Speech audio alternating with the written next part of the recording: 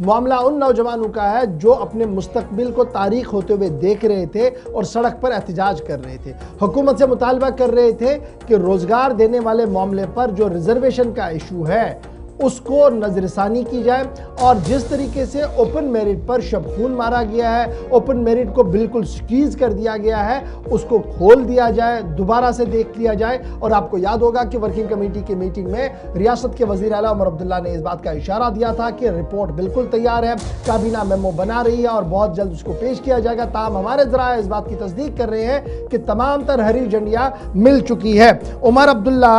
ने पैनल की तरफ से जो रिपोर्ट तैयार की गई थी, जिन्हें ये काम सौंपा गया था कि ये जो इम्बैलेंस है कोटे के अंदर इसको ख़त्म करें, उसके बाद उन्होंने रिपोर्ट दी, वो लॉ डिपार्टमेंट को गई, लॉ डिपार्टमेंट ने वापस दी और जो मेमो अब कैबिनेट मेमो बना है उसको कहीं ना कहीं हरी झंडी देने का फैसला ले लिया गया है। क्योंकि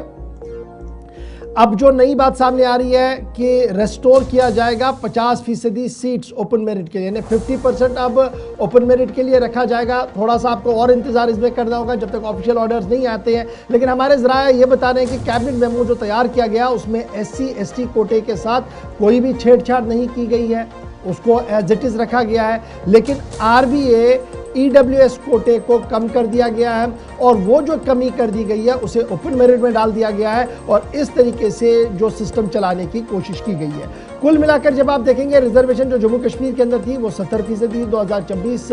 के बाद जो चेंजेस हुई थी, और ST कोटा को डबल कर दिया गया था, 10 से 20%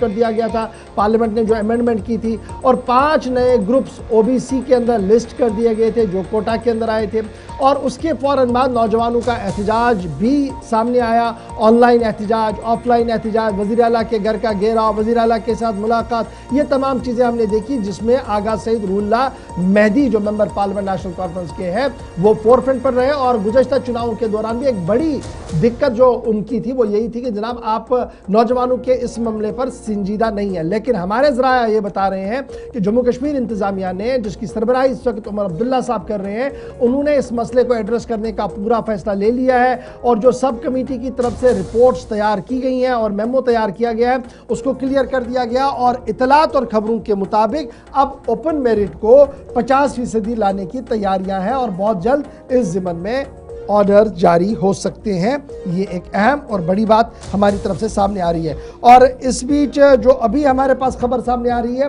वो यही है कि नए OBC ग्रुप्स और दीगर चीज़ों का ध्यान में रखा गया है, लेकिन अब किस तरीके से इसको 50% लाया होगा उसके लिए ऑफिशियली हमें थोड़ा वेट करना होगा। लेकिन इतलात और ख़बर यह है कि उमर अब्दुल्ला ने उस पैनल की रिपोर्ट को जो एतराज़ात के बाद मेमो तैयार किया गया है उसको उसूली तौर पर मान लिया है और काबीना मीटिंग के बाद उसको लेफ्टिनेंट गवर्नर की हरी झंडी के लिए भेज दिया जाएगा। रिजर्वेशन पर जल्द बड़ा फैसला मुतवक्के है और जब ये फैसला होगा तो उसके बाद मजीद रद्द-ए-अमल आएंगे, क्योंकि जब OBC वाली बात चली थी अभी फाइनल डिसीजन लिया नहीं गया, उससे पहले PDP की जानिब से भी कुछ मामलात पर महाज खोल दिया गया था कि ये भी